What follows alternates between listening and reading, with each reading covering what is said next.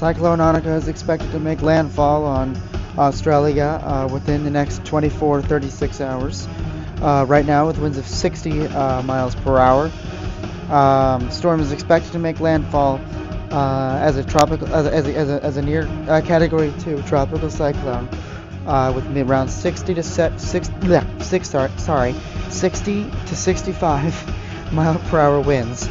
I apologize for the trouble of pronouncing that. The storm will then likely be moving toward the along the coastline,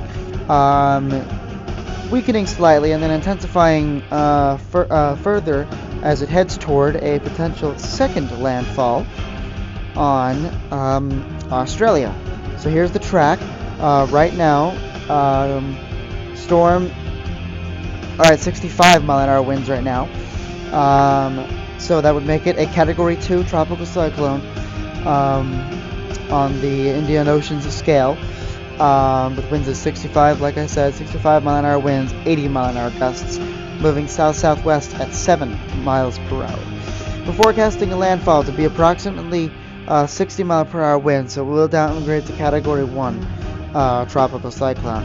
As it heads along the coastline, it will likely take back its 65 mile per hour winds, intensifying further to 75 and then 90 miles per hour, becoming a Category 3 just before landfall on Australia. This morning they weren't forecasting such an aggressive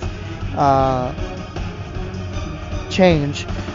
They weren't forecasting such an aggressive end to Anika's track across the coastlines of Australia.